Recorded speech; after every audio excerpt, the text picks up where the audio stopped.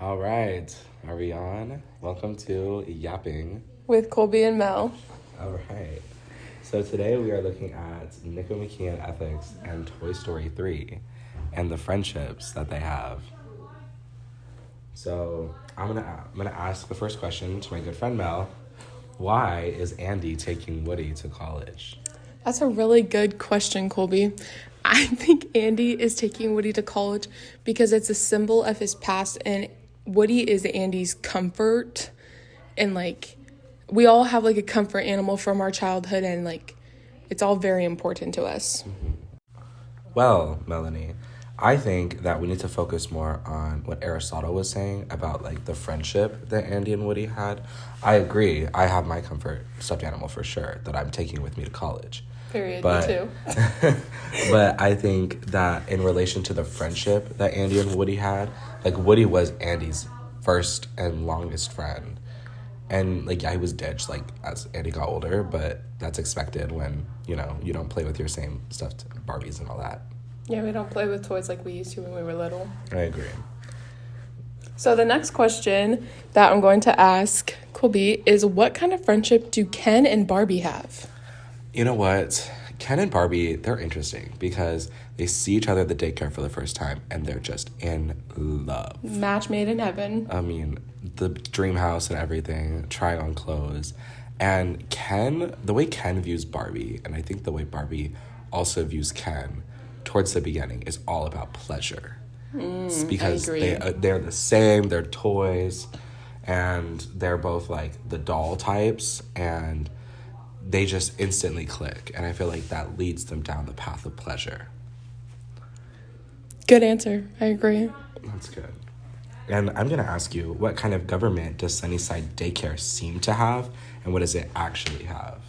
Well, when we start to see the daycare in the movie, it all seems good and fun. Everyone's gets along. They're all buddy-buddy, and everyone is equals, which is a... Aristocracy. But power to the virtuous. But when we actually start to look at it, Lotso is kind of like a dictator, honestly. He doesn't care about other people but himself and his friends. It's really a tyranny. It's a hard, interesting word to say. It is. It's an interesting word. But he's really not friends with anyone, and everyone are kind of his minions. Yeah. And he only really cares about himself. Nico McKeon ethics does describe a tyranny as a corrupted government where rulers only look for their own goodwill. And then I feel Lotso does fit that. At the beginning, we see him as virtuous. He's everyone's friend. He's the hugger, whatever his name was. I forgot. Lotso the hugging bear or something Lotso hugging bear. Yeah. And so I think you get that impression of the virtuous. He is the epitome of friendship. But behind the scenes, that's just not the case. And he abuses Woody's friends and sends them to the terrifying caterpillar room with all the little kids. Terrifying. Okay, the next question is, why does Woody refuse to leave Andy? Woody, I feel has developed a complete friendship between him and Andy. He truly does everything and has everything in the best interest for Andy.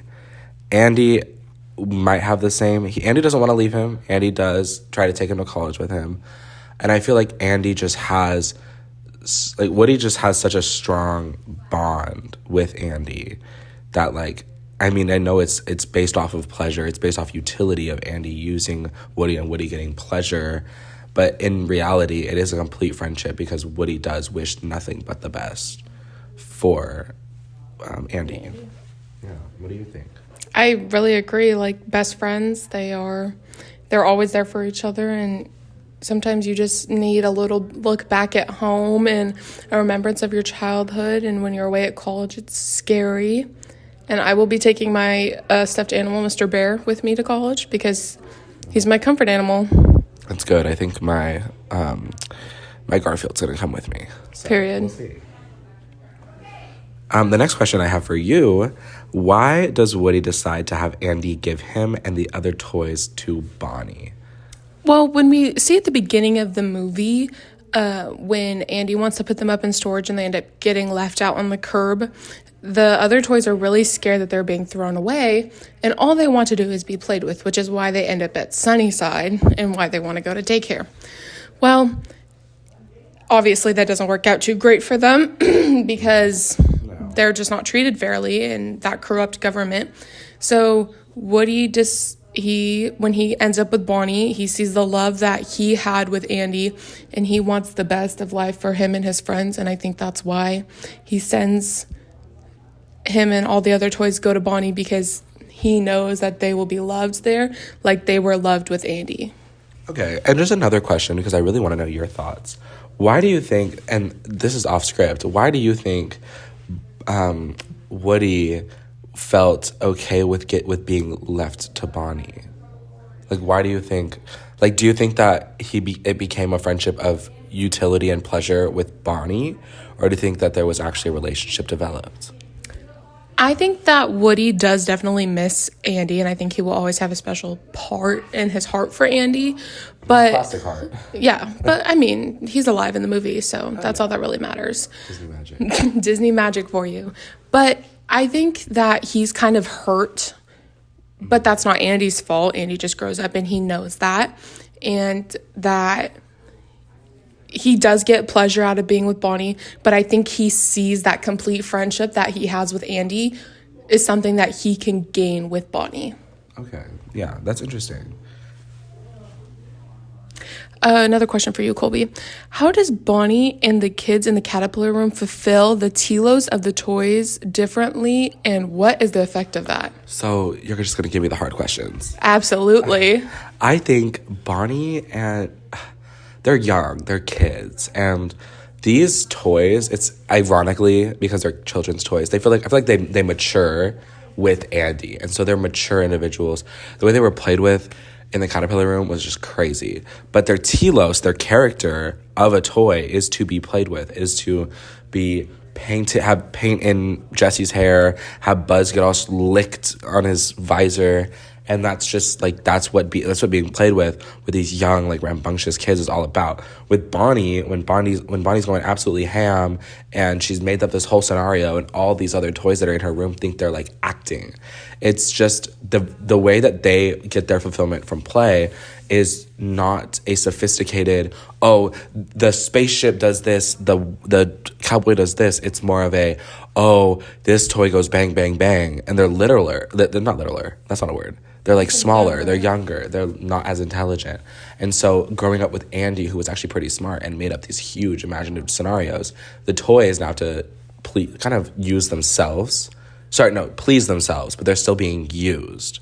And we also never see Andy with Woody and Buzz and Jesse when he was that young. Yeah. Which is why we have toys today that are made for 2 to 4-year-olds, 4 to 6-year-olds. And I think that they're definitely more mature toys, but they're also used to that mature kind of play. Yeah, I agree.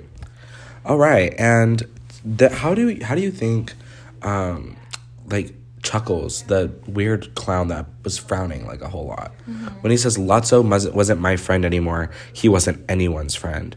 What does that say about Lotso in terms of, like, Nicomachean ethics and friendships?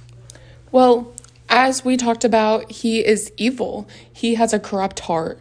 Lotso doesn't look out for anyone else but himself. And so, as we talked about, like, evil people cannot have real, true friends. And I think that's what Lotso has. But I think he has that burning heart from when he was abandoned by his owner, and I think that's what made him so evil and corrupted, that he doesn't have any true friends, and so he feels that he can only be evil. Yeah, I think when it comes to, like, when Chuckles was saying that, he really meant it when, like, Lotso was taking Baby away, even though only Lotso was replaced. It's that, like, if I can't be happy, no one else can. Which is evil, and he's very corrupted. That is very evil. I agree. Okay. What kind of friendship does Woody have with... Ooh, I said that wrong. What kind of friendship does Woody have to Andy's other toys? I would say it's very one-sided almost. Like, because he thinks that they're all, like, best, complete friends with Andy, when in reality, it's really only Woody and maybe Buzz that has developed that strong of a relationship. I think when it comes down to it, it's more of a friendship of, I would say, pleasure, because they're not using each other. They can't play with each other. You know what I mean? Like, that's not how those toys work. And instead, it's more of just like the pleasure that he gets from them, from being played with them, from being near them. But I don't think that he has as strong of a friendship as he does with, like, Andy, which is kind of ironic. Yeah, I think that Andy and him were just match made in heaven, and they started out together, and then Buzz was added, as if you've watched the first and second movie. He was added later with Jesse, and they're just, they're match made. Woody and Andy are just match made in heaven for each other. Yeah, I agree. And we kind of already touched on this, but do you think that Lotso is wicked? I know I say that he does, but do you think so? I would say it's such a hard thing to box someone into these, like, terms that we're getting from Nick and McKeon ethics, because like Mr. Panic said, shout out to Mr. Panic, like he said, it's more of just like you can't just say, oh, they're completely evil or completely good. I don't think he's completely wicked. I think that where he is in the movie, he's at the height of his tyranny, his corruption, his all those, no complete friendships, no good friendships, and it's all friendships of utility where he's taking more. So, like, when we watch the Groundhog Day movie, we have that, like, slope of virtuous to virtuous. I'm going to say it. Virtuous. Vice and virtue. Where would you say Lotso is? Would you say he's at the bottom at vice or at the top at virtue? Oh, definitely the flashbacks. He's in that complete friendship. But the second that day goes by and he gets replaced, it slowly slips down back into vice. Or not back, but towards vice. Well, thank you for listening to Yapping with Mel and Colby. We'll see you in the next episode. Bye.